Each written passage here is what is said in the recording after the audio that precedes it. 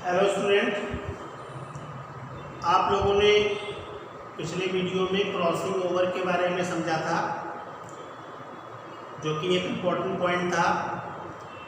आज मैं आपको इस वीडियो के द्वारा एक दूसरा, इसी चैप्टर में दूसरा टॉपिक है जो मोस्ट इम्पॉर्टेंट है, उसकी मैं आपको केवल समरी आज समझाऊंगा। डिटेल में मैं आपको अगले वीडियो में इसको डिटेल में समझाऊंगा, ठीक है। तो समरी के रूप में आपको मैं आज ये वीडियो दे रहा हूँ। टॉपिक का नाम है म्यूटेशन।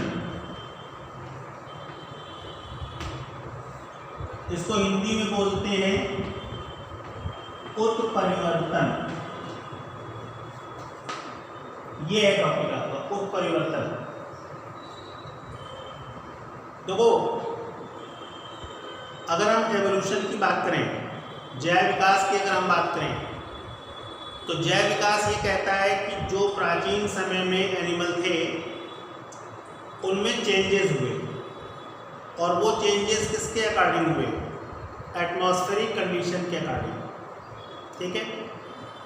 डार्विन ये कहते हैं कि चेंजेस जो हुए वो ऐसे चेंज जो यूजफुल थे। कहने का मतलब ये है कि जो एनिमल को उनके एटमॉस्फेयर के साथ एडॉप्ट करते चले गए, तो वो तो क्या हो गए? सरवाइव कर गए, वातावरण में अपने आप को जीवित रखने में कामयाब रहे। लेकिन ऐसे चेंजेस जो एटमॉस्फेरिक कंडीशन के क्या थे? विपरीत थे, निगेटिव थे। तो ऐसे परिवर्तन के द्वारा क्या हुआ? जो जीव थे, जो उनकी स्पीसीज थी, वो क्या हो गई? कोलैप्स कर गई। कहने का मतलब मेरा ये है कि यहाँ पर जो म्यूटेशन है वो वैज्ञानिकों के अकॉर्डिंग एक ऐसी प्रोसेस है जो हर एक ऑर्गेनिज्म के साथ क्या होती है? चलती रहती है। और ये ऐसा नहीं है कि ये बहुत स्लो प्रोसेस होती है, आराम से धीरे धीरे होती है। ये प्रोसेस जो होती है वो अचानक होती है। तो आप इसको ऐसे कह सकते हैं ना, दैट इज सडनली चेंज। अब ये जो सडनली चेंज है वो आपका हेरिटेबल होता है, आनुवंशिकी होता है। तो ये सडन चेंज होता है, अचानक परिवर्तन होता है। और अचानक जब परिवर्तन होगा तो अचानक परिवर्तन जो होगा उसका सीधा का सीधा जो संबंध है वो आपका किसके साथ होगा? क्रोमोसोम के साथ, जीन के साथ। ऐसा में तो सडनली चेंज, हेरिटेबल चेंज, बल्कि इसको suddenly heritable change in the chromosome of an organism, that is known as mutation. या इसको आप ऐसे भी कह सकते हैं, change of gene position, recombination of gene. Crossing over में मैंने आपको ये चीज बताई थी, रिकॉम्बिनेशन। तो जब किसी जीन का रिकॉम्बिनेशन हो जाता है, उसका अरेंजमेंट चेंज हो जाता है, तो ऐसी कंडीशन में भी न्यू कैरेक्टर क्या होते हैं? डेवलप हो जाते हैं। आया समझ में? क्लियर है? तो यहाँ पर आप ये समझ लो कि उत्परिवर्तन एक प्रोसेस है जो अचानक उत्पन्न होते हैं, और ये आनुवंशिक होते हैं, ठीक। माता पिता से संतानों में क्या होते हैं? ट्रांसफर होते हैं। समझ गए?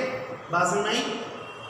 अब यहाँ पर भी एक पॉइंट है, और वो पॉइंट ये है कि क्या सारे उत्परिवर्तन ट्रांसफरेबल हैं? ऐसा नहीं, केवल वही चेंजेस ट्रांसफरेबल हैं, हेरिटेबल हैं, आनुवंशिकीय हैं, जो किस पर होते हैं? क्रोमोसोम पर, यानी कि जीन पर। वो सारे के सारे कैरेक्टर जो जेनेटिक सेल्स को इफेक्ट करते हैं, सिर्फ वही परिवर्तन पेरेंट टू ऑफस्प्रिंग ट्रांसफर होते हैं। वे परिवर्तन जो सोमेटिक सेल को डिफरेंस करते हैं, सोमेटिक सेल्स को इफेक्ट करते हैं, वो ट्रांसफरेबल नहीं होते। तो ये चीज़ आप अच्छी तरीके से समझ लो कि सारे चेंजेस, सारे म्यूटेशन कैरेक्टर हेरिटेबल नहीं होते। बोलते हैं आनुवांशिकीय और नॉन या आनुवांशिकीय, हेरिटेबल और नॉन हेरिटेबल। समझ गए? जैसे मैं आपको एक छोटा सा एग्जाम्पल दे रहा हूँ। जैसे मान लो कोई व्यक्ति है और वो 1 महीने तक, ठीक, धूप से बच जाए, धूप में ना निकले, घर में रहे, एक सैडी प्लेस पे रहे। आप देखोगे कि उसकी जो स्किन का कलर है उसमें थोड़ा सा लाइटनेस आ जाएगा, ठीक। अब दूसरा ले लो, अगर कोई व्यक्ति दिन भर में 9 घंटे 8 घंटे धूप में वर्क करता है, सनलाइट के ठीक नीचे काम करता है, तो उसकी स्किन का कलर क्या होगा? डार्क हो जाएगा। सही है? तो ये भी तो चेंज हो रहा है, लेकिन ये चेंज जो हो रहा है वो किसके द्वारा हो रहा है?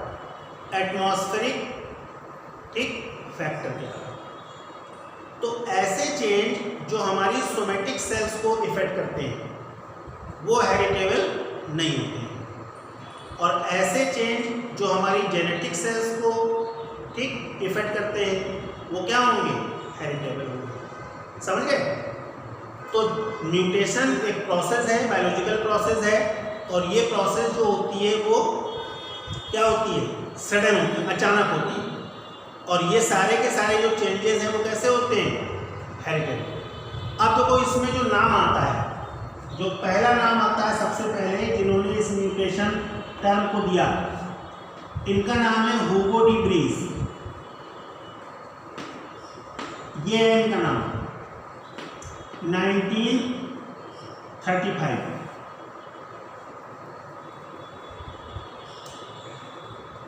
इनका नाम आप याद रखिए।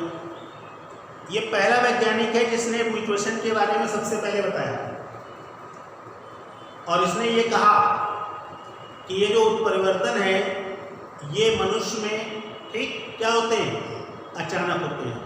मनुष्य की बात छोड़ो, जीवों में ये पूरे उसकी बात है। प्लांट ले लो, और देखो अभी जो लेटेस्ट आपका जो चल रहा है इस समय प्रेजेंट टाइम में, पेंडेमिक टाइम है हम लोगों का, कोविड-19, सभी जान रहे हो। जो तर्क है वो आपको ये बताता है ना कि जो कोविड-19 वायरस है इसमें 3 कैटेगरी मेन है, ए बी सी। अब ये जो ए बी सी कैटेगरी है, ठीक, ये क्या हुई? 3 कैटेगरी होने के बाद इतने समय में करीब 6 महीने का समय हो रहा है, म्यूटेंट हो रही है, म्यूटेशन हो रहा है इसमें, और ये अपने स्ट्रक्चर को क्या कर रही है? चेंज कर रही है। क्योंकि वायरस का एक कैरेक्टर है, आप लोगों ने छोटे क्लास में पढ़ा होगा कि वायरस जो है वो क्या है? लिंक बिटवीन नॉन लिविंग और लिविंग, सजीव और निर्जीव के बीच क्या है? कड़ी है। तो इसमें सजीव लक्षण भी होते हैं और निर्जीव लक्षण भी होते हैं, तो उसी का एक लिविंग कैरेक्टर आपका है म्यूटेशन। वायरस में जो कोविड-19 है उसमें जो जेनेटिक मटेरियल है वो आरएनए है, और आरएनए जो है वो सेल में जाकर रिवर्स ट्रांसक्रिप्शन करता है, जिससे वो डीएनए में कन्वर्ट होता है, और डीएनए फिर सेल के डीएनए को डिस्ट्रॉय करके उस पर कब्जा कर लेता है। डीएनए मल्टीप्लिकेशन करता है, डुप्लीकेशन करता है, और फिर जितने भी न्यू डीएनए हैं वो फिर से किसमें कन्वर्ट हो जाते हैं? ट्रांसक्रिप्शन के द्वारा आरएनए में। तो डीएनए अगर आरएनए में कन्वर्ट हो रहा है तो दैट इज ट्रांसक्रिप्शन, और आरएनए डीएनए में कन्वर्ट हो रहा है तो क्या हो जाएगा? Reverse transcription. ये प्रोसेस मैं आपको आगे वाले चैप्टर में पढ़ाऊंगा, जब डीएनए के बारे में आपको पढ़ाऊंगा। तो ट्रांसक्रिप्शन और रिवर्स ट्रांसक्रिप्शन दोनों ही पॉइंट आपके कोर्स में है जो मैं आपको पढ़ाऊंगा। तो मतलब क्या है, म्यूटेशन जो प्रोसेस है वो क्या है, कंटिन्यू। जब से इस अर्थ पर लिविंग ऑर्गेनिज्म पैदा हुए तब से लेकर आज तक और आगे भी चलती रहेगी, चलती रहेगी, चलती रहेगी। समझ गए? तो म्यूटेशन बड़े एनिमल में हो रहा है, म्यूटेशन माइक्रो एनिमल में भी हो रहा है, बैक्टीरिया, वायरस, फंगस सब में हो रहा है। और ये क्या है, सर्वाइवल ऑफ फिटेस्ट, अपने को जीवित रखने के लिए ये चेंज हो रहा है। बात समझ में आई? क्लियर है? तो कोई भी जीव अपने आप को सरवाइव करने के लिए क्या करता है, एडाप्टेबल कैरेक्टर को एडॉप्ट करता है। जैसा कि मैंने आपको बताया, अब वो अगर एटमॉस्फेरिक कंडीशन से एडॉप्ट है तो क्या होगा, सरवाइव कर जाएगा। ठीक है? जैसे आपके लीडर वर्क जो थे उन्होंने अपने एक्सपेरिमेंट में ये कहा कि जैसे आप किसी भी माइक्रोब्स को एक मीडियम में लगातार कल्चर करा, लगातार, तो एक समय ऐसा आता है कि वो उसके लिए क्या करता है, रेजिस्टेंस पावर को डेवलप कर लेता है, उसके अंदर उसके खिलाफ रेजिस्टेंस पावर जो होती है वो डेवलप हो जाती है। बात समझ में आई? क्लियर? तो ये क्यों हुआ, उसके जेनेटिक मटेरियल में चेंज हुआ, और जेनेटिक मटेरियल में जब चेंज हुआ तो उसने अपना जो नेचर था उसमें चेंज कर लिया। आया समझ में? तो यहाँ पर मतलब मेरा ये है कि म्यूटेशन जो है वो एक इम्पॉर्टेंट बायोलॉजिकल प्रोसेस है। क्यों?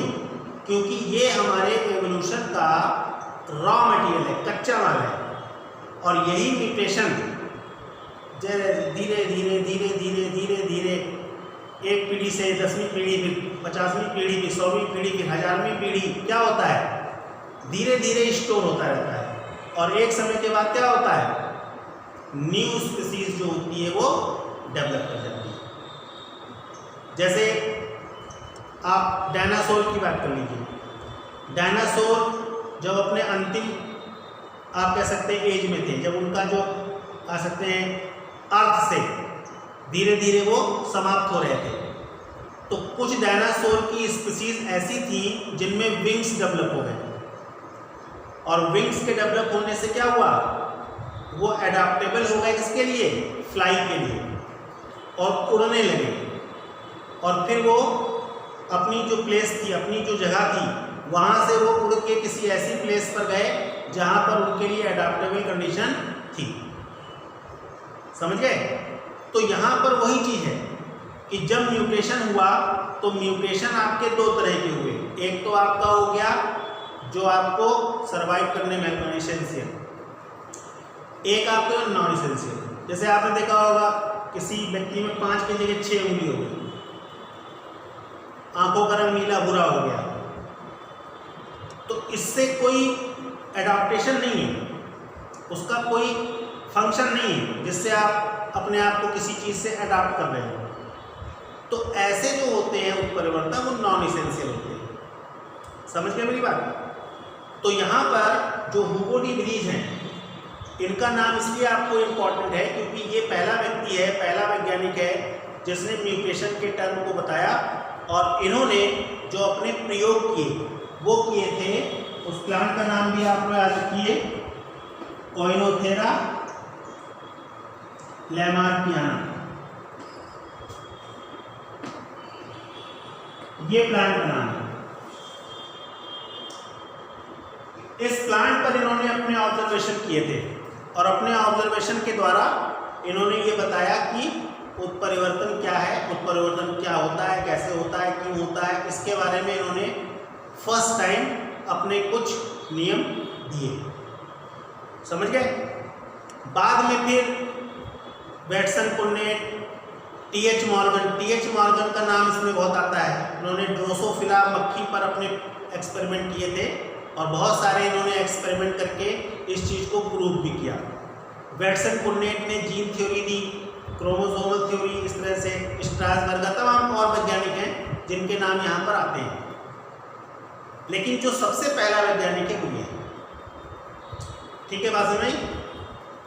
तो यहाँ पर आप ये समझ लो कि जो म्यूटेशन है उसका मेन आपके पास दो है। कौन कौन से?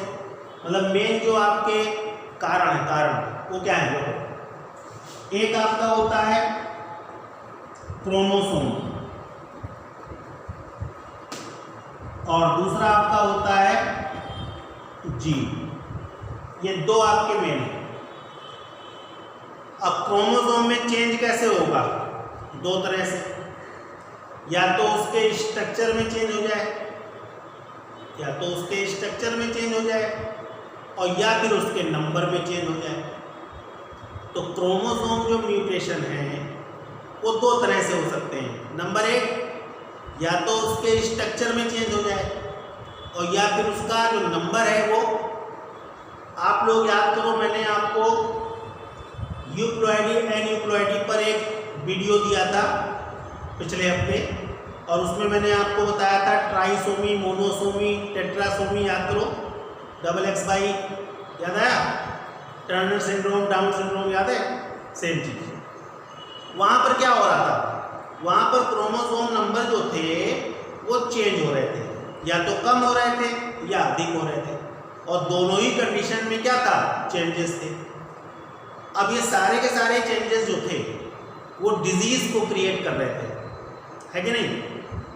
तो यहाँ पर आपको ये चीज़ की भी समझ लेनी है कि म्यूटेशन जो है वो यूजफुल भी हो सकता है और हार्मफुल भी हो सकता है। ऐसा नहीं है कि म्यूटेशन केवल यूजफुल ही होगा, हार्मफुल भी